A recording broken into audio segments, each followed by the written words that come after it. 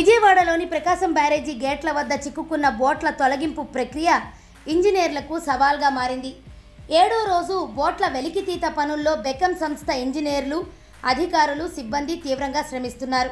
ఇప్పటి వరకు అమలు చేసిన 4 వ్యూహాలు విఫలమవడంతో సరికొత్త ప్లాన్తో బోట్లను బయటకు తెచ్చేందుకు ప్రయత్నాలు ప్రారంభించారు. డ్యాంలో ఇరుక్కున్న బోట్లను వేరే బోట్ల సహాయంతో బయటకు తీసుకొచ్చేందుకు ప్రయత్నిస్తున్నారు.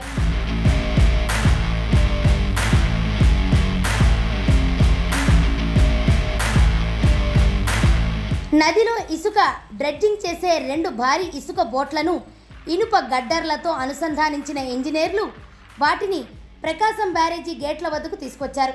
ఈ ఇసుక బోట్లు ఒక్కోటి 40 టన్నుల బరువు ఉంటుంది.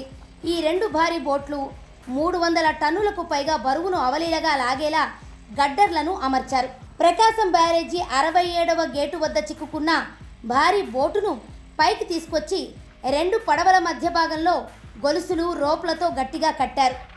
2 పడవలను ఒకేసారి నడుపుతూ చిక్కుకున్న పడవను ఒడ్డుకు లాక్కుని వచ్చేలా ప్రణాళికలు అమలు చేస్తున్నారు.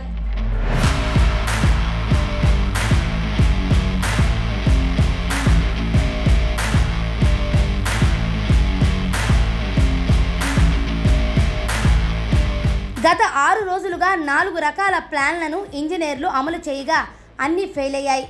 తొలుత 100 టన్నుల బరువు ఎత్తే 2 భారీ క్రేన్లతో బోట్లను పైకి ఎత్తే ప్రయత్నం చేశారు. కానీ వీలు పడలేదు.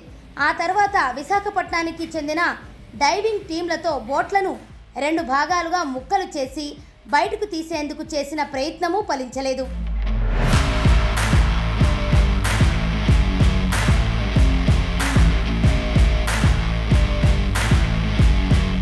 ఇక భారీ పడవలను వెలికి తీయడంలో అనుభవం ఉన్న కాకినాడకు చెందిన అబ్బులు టీంను రంగంలోకి దింపారు. భారీ పడవలకు రోప్లను కట్టి వెనక్కి లాగగా 20 మీటర్ల దూరం వచ్చి ఇసుకలో చిక్కుకుని పైకి రాలేదు. ఆదివారం ప్రొక్లైన్కు రోప్లు కట్టి రోజంతా లాగినా కేవలం 5 మీటర్లు మాత్రమే కదిలి బయటకు రాకుండా మొరాయించాయి. దీంతో ఈరోజు ప్లాన్ 5ను అమలు చేస్తున్నారు. ఈ ప్లాన్ సక్సెస్ అయితే ఒక బోటు బయటికి వస్తుంది.